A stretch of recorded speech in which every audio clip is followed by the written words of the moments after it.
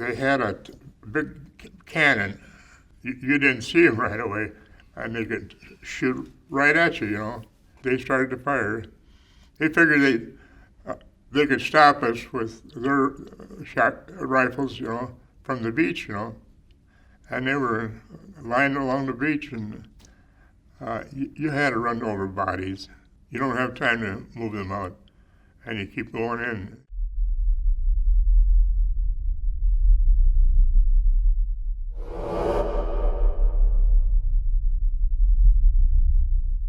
I'm Greg Corumbus. Our guest this week on Veterans Chronicles is Raymond Heise. He's a veteran of World War II and the Battle of Iwo Jima. Sir, thank you very much for being with us. Where were you born and raised, sir? Where were you born and raised? Yes. Devils Lake, North Dakota. When did you join the service? November 11th, 43. So why did you pick the Marine Corps? I decided that right away when I kind of jumped the gun on they had the draft then. And I had in my mind I was going to be a Marine. And when did they send you overseas? January 44, because you had I forget how many months I was training anymore. Right. But anyway. Where did they send you overseas first? Honolulu. And from there, we transferred, after we got out the ship, they transferred to the island of Maui. And that's where we set up a camp. And where did they send you after that? Well, the first one we went to sailing was Saipan. Took us about 30 days to go across sea in an LST. We were loaded up with, that's what I drove, an LST tank. What was Saipan like? Now, we got there just in time, certain that time. Now, that was an invasion of Saipan. And we ran through a hurricane going there. And we lost men. They had coral reefs there, and little boats couldn't take troops over that. And they knew it ahead of time, and they had these Amtraks that we had, and loaded up that early in the morning. So anyway, we left there about. That ship about 6 a.m., they were all in different positions there, and they opened the doors and away we went, you know. Mm-hmm. And there was probably 6 minutes in between. They had rows of them going in. And you go over that reef, and you got another probably 2 miles to go in, and you're taking these troops in. And some of those troops would say, get us in that island in a hurry, we don't want to die in these things, you know. Understood. They were shooting at you, you know. But anyway, took our troops in and unloaded them, and reloaded them with already wounded guys. Yeah. And you take them back to various ships out there, and we knew ahead of time which ships had doctors.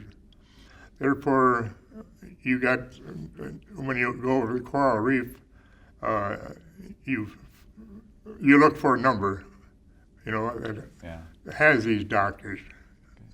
But the worst part of that is going over that coral reef, because those waves, they are very high.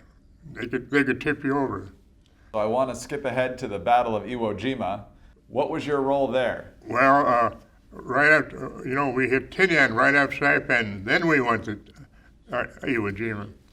And I think that was a long travel too, close to 15, 20 days, you know. And these ships from other companies are starting to get together at the same time, you know.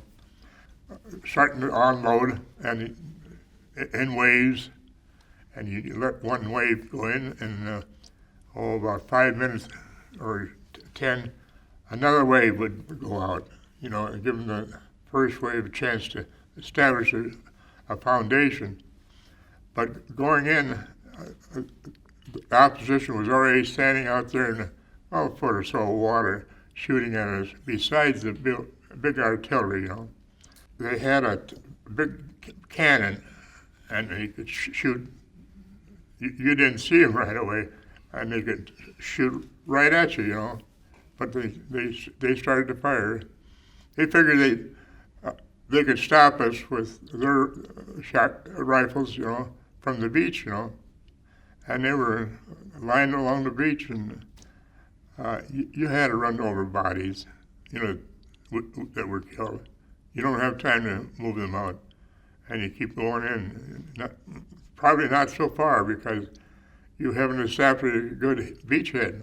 Then you do a little praying, in fact, a lot. But that's about what happens, and you get unloaded, like an Amtrak gets unloaded and goes back for more, over the coral reef and back. But none of us were ever over that coral reef. You had to be careful, how you attack it and get back on, Right.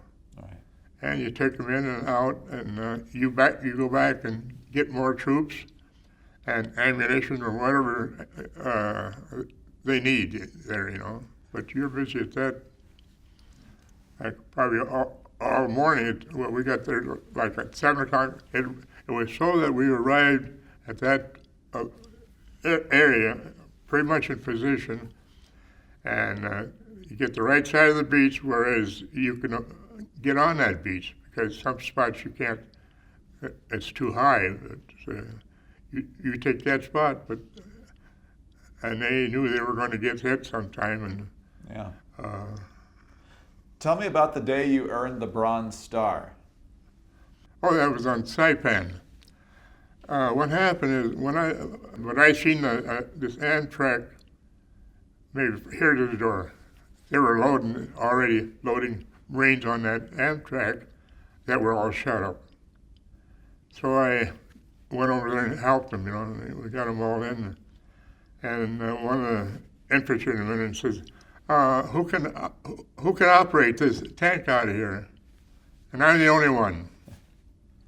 I got in there all alone, and I knew I had to go a couple miles out again and look for a ship with a certain number on it, and which was marked for a hospital ship. You tell them you want to come in. You got wounded. But anyway, so they go open these gates in the front, and there's two doors open, and they'll drop a ramp about 9 feet long, So then you run your tank in a certain direction, whereas it'll kind of float up there real close to that gate, and a sailor will throw you a line, okay? If you're lucky to catch the first swing around, you're right. I lucked out. I caught it on the first swing. Anyway, I caught the line and put it on the one boat hitch on my tank, and then he started pulling me back, see? Those sailors will cross that line, whereas they can control that tank, pulling towards you. All right? Then I started getting back into behind the wheel, and I loaded up and went back to shore with another batch, And then I got only one of my partners back, the other one was shot. And you just go back and forth, get either more troops or ammunition, and you go to different ships. And as they move inward, you can bring the supplies, more men up closer. See? That first time, they loaded this tank, and they said, I took it out. And done what I had to do. But the point is, that all my life, even to this day, I never know who knew me, and that I done that, took it out. You just do what you have to do. My 2 guys were gone, and I took it alone. I know what I had to do, and I was sure I could do it, but it's not permissible. But there's nobody on board ship. I didn't know the sailors. You take it on any ship, and you get more ammo, and you go back to work. But there was nobody around that when we were loading these wounded Marines that knew me. Anyway, it was about probably 6, 8 weeks later when we come back to Maui.